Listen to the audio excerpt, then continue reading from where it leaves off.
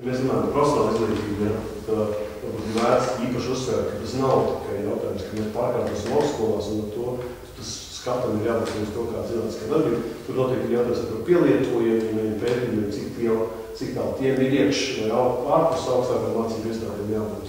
Jo noteikti virkni pielietojumi pētījumu un darbības, kurām nav obligāti jābūt saistībā ar augstākām mācību iestādēm, kā jau mācības pieminēja, tas ir normāli dabiski. Vai tur, cik vairāk tur jābūt privātam finansējumam, skaidrs, ka tāds būs tikai un vienīgi tā, kad arī publiskā finansējuma izmantojums būs efektīvs un ar atdevi, kādi jāiet investēt. Ja nav finanšu kontrolas, vai es nesaprotu, kas tur nāk ārā. Skaidrs, ka tas ir šāds sistēmas sakārtošana ir automātiski pieteikums privātajam finansējumam un neobligāti tikai no Latvijas.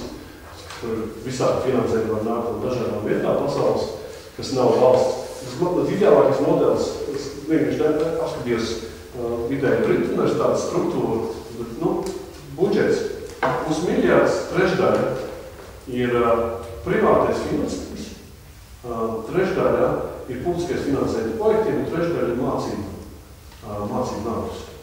Un tā mācību nauda arī tāds mērens sadalījums, kurā mācības ir 1/3 naudas. 2/3 naudas ir uz pētniecisko zinātnisko darbību, no kurām 1/3 pusē no valsts un pusē no privāta. Eleganti, viss sadalīs, viss ir samērojams, tas nozīmē, ka tu nevari bez augstākās izglītības, lai zinātni taisītu. Zinātnes finansējums absolūti nepieciešams, lai visu sistēmu uzturētu, ir savstarpēji ieinteresētības laiku uzturēt kvalitāti, jo ir konkurence, gan par publisko, gan par privātu, gan par studentu mācību. Jo, man liekas, saprotama sistēma, kurā nav viss tikai no valsts, un kurā ir loģiski argumenti, pa labu un kreisi. Bet varbūt tā nevajadzētu darīt, un paņemt kaut kā gatavu sistēmu un gatavs. No kā cits valsts. Tas vienmēr nedaudz bīstam, paņemt kādu gatavu sistēmu teikt, ka viņi darēs arī mums. Bet no otras puses ir tikpat bīstam, vēl bīstamāk teikt, ka mums ir tik īpatnēja situācija, mēs esam īpaši. Nav attiecinās nekas. Nekas vēl citu pieredzi mums nedara. Ja Igaunijā tas darbojas, tad man ir jāvies, tāpēc Latvijā nedarbojas. Tur gan novērtējums citādi tiek veikts, gan ir viena, principā liela zinātnes universitāte. Tā kā droši vien kaut kas Jā. Tas vairāk demo, kā reāli arguments. Tas vairāk par bailes un pagātnes rēgu un uztraukumu nevietā.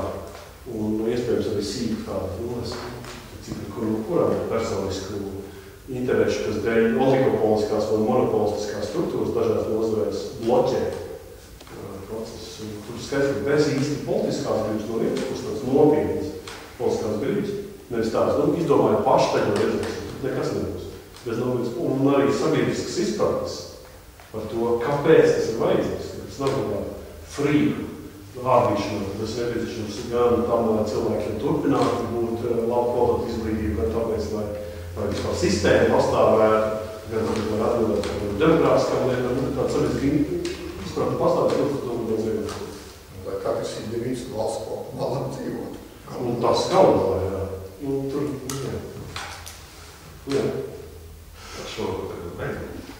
Skaisti, jā. Tikai Latvija citā redzēt. Tas ir augstas nots redzēt.